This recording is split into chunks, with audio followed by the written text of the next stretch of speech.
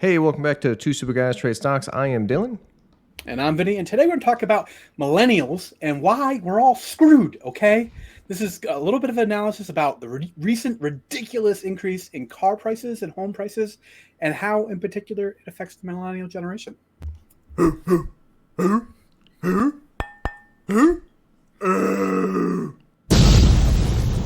Two Super Guys Trade Stocks. So this is the chart that really kind of was like, man, that is ridiculously unsustainable looking. So if you're new to this channel, Dylan and I mostly do stock investing, that sort of stuff. If you had a stock that was up like this, like, don't you think it's time to take profits, right? This, hold on, this is a real new car average? It's 50K, dude. Just under 50,000. I Yep. just bought two cars. I don't Yeah. know what cars are these people buying? That I can't speak to. This is from kellybluebook.com. This is recently as a That's couple months ago is when insane. it basically hit this level. Yeah, but like look at that rise at the end here. It just went up and then it continues to go up. You're starting to see dealer lots fill up a little bit more, at least anecdotally, locally to me. But the prices that they're supporting are still very high, and they have yet to come down. Okay, well, I can say with confidence an electric Chevy Bolt is like 30K after rebates because I just had to buy it for my job. And I had to get a new car for the baby that was safer. And that was, oh man. What's that Honda car that's like not a foreigner? Honda No idea. CRV, brand new, 40K. All right, all right. It's an interesting point that you make there with the electric vehicle. Is that's one of the few categories that's actually trended down over time. So they are getting cheaper relatively. Yeah. Granted, you're still talking about an average pricing that was over $60,000 in that article from KBB. So Yeah, I don't, that's yeah, because everyone's buying Teslas. Just, you don't need a Tesla. yeah. So and then this is home prices. Who also had this That's ridiculously, true. kind of unsustainable, at least in my stock trading guy opinion of a chart. It looks unsustainable to me. Yeah, it's had a Yeah. little bit of a retracement here, but still not very much, especially when we consider the fact that interest rates have moved up astronomically high. 30-year mortgage cracked back over 7% this week. That number's going to come up here in a minute. Yeah, so I have nothing for this one. This is outrageous. Yeah. This doesn't make any sense. There was actually an interesting point about this from a Freakonomics podcast where they talked about the fact that commercial real estate is definitely going to lose value, right? The work from home trend was accelerated by about 20 years, some experts say, from the whole pandemic, right? So work from home accelerated by 20 years into the future, right? Okay. Now, if you were to kind of extrapolate that out and look at the value of commercial real estate and how much value lost there will be because of the decreasing need of commercial real estate, you're talking about $500 billion probably is what this estimate based upon this kind of real estate professional, and that money isn't going to evaporate. That money is going to find its way into the housing sector because if you don't have to commute into a big city, you can probably afford to spend more money on a home. Logical That dictator. that is true. I mean, it's not going to go anywhere, right? Because offices are realizing, oh man, we can work from home, and people actually work. Uh, that's true. That makes sense. I do Yeah, think people are still overbuying houses though, because the interest rate's terrifying. yeah, very much so. And this right here is looking at median household income. Now, this isn't data isn't quite as recent. This only comes up to 2021, but you haven't seen that ridiculously parabolic rise that you saw in the other two kind of necessities, if you will. You need a place to live. You need a place to be able to commute to work. At least as coming from an American standpoint, we commute to work. I am a suburban American. I am the kind of classic that where I have to commute back and forth, right? Yeah, We're no, a my drive's two 40 minutes. So yeah. My typically shorter than that, 20 to 30, I would say something like that. But there is no mass transit available at all. So, when you talk about like there's this kind of discussion point amongst like boomers and other people that like money is just irresponsible with their money. And there's always something to be said about that because we're never as good as we could be, right? That's always the idea. It's like, yeah, do I really need to go out for pizza? No, I don't need to go out for pizza. But the point of that is still need to enjoy some aspect of my life in order to keep on living. So that's kind of the play, right? absolutely, and there is a lot of things that they say. Actually, here, let me say this after you go through this. Okay. So this is a kind of traditional budgeting mindset as far as buying cars, right? So the traditional point was that you should have your auto payment no more than 15% of your monthly take home pay. All right. I'm going to break that down and show you what that would be like on a number basis for a vehicle. All right. Got it. And a household budget, right? This is when you're looking at how much of a house can you afford. 28% of your gross was their metric for this. Now they have this 28, 36. 36 is just talking about the whole debt to income ratio.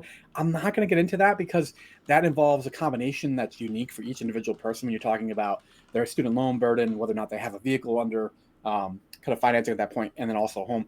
I'm going to do kind of like the worst case scenario for each category is basically where I was thinking here. All right. So if you follow the conventional rules and you have this, U.S. median household income of just under 71,000. Once again, that's like I said from 2021. That means that your gross income is a little under $6,000 a month. If you were to take that, that number, a little under $6,000 a month for that gross income, multiply that times that 0.28, the 28%, that means that your mortgage payment should not exceed $1,650 a month. That's not super realistic right now. That's not really. Also, they've said, not they, my dad says this all the time. There are certain statements that were made in that generation that don't apply, like put your money in a savings account. That's the stupidest thing you can do. They were getting like 9% or, something crazy interest, right? I mean, we are getting like 3.5%, 4%, depending on if you have the right account right now. That's true. I do have one that's true. 3.5. My statement's better 2 years ago. Yeah. Right. No, I agree. You have to evolve with time. All right. But so $1,650 mortgage payment a month. All right. Now we're going to talk about the car one. So once again, this $70,000 here.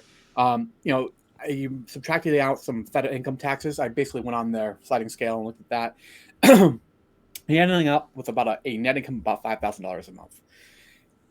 Now, if you're looking at the typical 15% for a cap, that's $783 a month. Now, mind you, you're talking about an average American household, which has 2 cars, not one. So that'd be a $391 a month car payment. Okay. Yeah. All right. All right. That's one thing I'll say. If anyone's trying to buy a car, you can refinance. I'm doing this right now with Aaron's car. You refinance with the credit union because they have these specials like 1% for like 6 months. Yeah. You make sure you have 3 or 4 credit unions that you can do, and you make sure that there's no fees and change after the 6 months. So we're not paying more than 2% interest on the car. Nice. So you can definitely, there's tricky ways. Yeah, there's definitely a lot of nuance, a lot of complication of playing the financial game correctly, and it really takes a lot of effort and gamesmanship and someone who's going to like take that ball and run for it. But you can make a lot of cool things happen. We do individual videos on different stuff when it comes up. But I wanted to show you just how ridiculous this is right now. So that's $1,650 mortgage payment. Right? Yeah, that's not realistic. That's a $240,000 loan. That's not going to happen. That's not even available. Yeah. And that's at this 7.4% interest, which is astronomically high. At least compared to recent. So the big thing is you have to basically move to a flyover state is the actual lesson of this video. Like that's like you're literally your only hope in hell of making this work. So I'm in the Northeast, you're down there in the Southwest. It's like we're both in kind of higher cost living areas. Granted, we have advanced degrees, so we do okay. But for the vast majority of people of our generation, I guess it's time to move to Arkansas. What do you think? Yeah, Arkansas, Alaska, Arizona. So like I'm in the capital. It's pretty disgusting. Because I bought a house in like 2011 or no, like 2013, and I would not pay that much for what the house is worth. The house sucks. Yeah, it's bad. Yeah, 0%. Yeah, very very interesting. But I guess that's like kind of my main point here is that you can only really make these conventional financial metrics work if you're willing to move to these places that are not particularly popular, I guess. Which they do support work from home. Yeah, that's definitely an interesting point for sure. You're going to see more people with mobile jobs, right? Like that's the whole idea. The other kind of thing that really drives this home, if you look at it from like this perspective, if you're looking at a ratio of the two, this is designed to basically show how much homes have increased in price relative to income. And you're looking at, quite a steep rise there. So not only did they go up, but they greatly outpaced the increase in income. Yeah, by quite a bit actually. Yeah. Do you have a longer term graph or no? No, no. Unfortunately, this is kind of the longest I could find, but it was back to 2012. All right. Yeah, this stuff is hard to get like good data to compare this to like the Boomer generation, say, or something like that. I say, oh, interesting, you got one, I huh? found it That's when you were doing when you were doing it because I like it. I only know it because I've looked at this before because I had this argument with my dad where it's like, dude, Yeah, it casts the same. No, it doesn't. So here's from the 70s, 60s, and 80s when you're buying a house. The income ratio was chilling around 4, right? We're at 7, so it's not realistic. It's kind of a non-starter argument. yeah, I like it. That's a good, very good point. Yeah, for sure. It's absolutely hard to justify that at this point. But yeah, Yeah, I don't know. It's just interesting discussion. I thought from a couple of older millennials, if you will. it is. And to be fair, I mean, Graham Stephan has a ton of these videos of going over budget of people just being idiots, right? So there's definitely some of that too. I'm not saying there's not. There definitely is. Agreed. Agreed. It's just it's hard to find the balance in that. If you try to follow these conventional financial kind of metrics, it's hard to really exist and do these things anymore in this current like massively inflated economic cycle, I guess. Yeah, unless we have a housing crash, in which case, deploying a lot of cash. All right, guys. See you guys in the next one.